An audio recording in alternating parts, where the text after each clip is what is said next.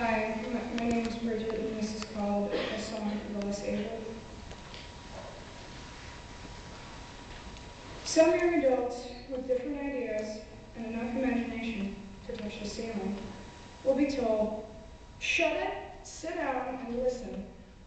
It's a terrible feeling, and for some, it'll happen more than once. It may happen just because some are able to find an education that meets their individual needs, and is unlike anything their educators were able to construct. These free thinkers may butt heads with their teachers. You know them, the ones with no desires to be people pleasers. It takes courage, intelligence, and common sense to survive high school. It's the way things are. This place doesn't suffer fools. The overachievers even strive to be taken seriously by their elders. Many are not able to handle it well. No one learns the secret right away, not until the day passes when we could have used it the most. Eventually, every student must go through the rite of passage. Whenever we make a mistake, fail a test, or call out the wrong answer, we have to get raked across the coals with our unintelligence and our inadequacy. Make no mistakes, it happens to the best of us.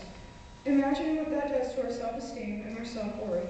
It seems there's no escaping it with the way things are. However, there's nothing we can do about it now. Any single act of protest we can think of is usually cast aside.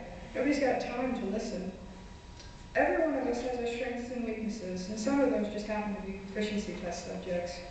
There are always a few students who know what it's like to be written off as credit deficient, placed in remedial classes, held back from commencement, labeled as a lost cause, all because we missed a grade by 2 points. There is no justice in this unwritten clause.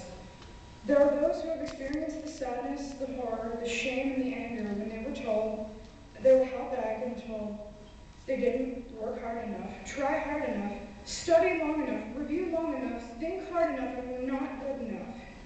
To experience that surreal moment where we feel our dreams crumble into ash right before our eyes. The damaging effect of those words is lost on everyone but their intended victims. Of course, many have chances to take those 4 big tests that will mark our diploma. However, think of how the motivation and the drive begins to fade every single time we're just an inch below the passing score. How in turn, the belief in ourselves as capable human beings starts to swirl away down the drain. Now the time we could be spending enjoying the next 4 years of our high school careers is wasted away. Spending our days in a sea of worry, fury, because we let the bad thoughts in. Every day influences us in positive and negative ways, as well as the people in our lives, the friends we have, or at least the people we know that are the intellectual equivalent of Halley's Comet, blazing a trail among the heavens, whilst ordinary stars are left blinded by their light. Us ordinary stars paling under the volume of the supernovas as well. Our immediate family, though they vary from person to person. One mother may lash out with a whip, first decline of a grade point average, a savage environment. Another father can never be home, totally checked out with their responsibilities as a parent. Any combination of type A or type B, B, A, B, B, A, B, A, B, A, A, B, A, B. It's just too bad those letters can't reflect our letters in the grade book.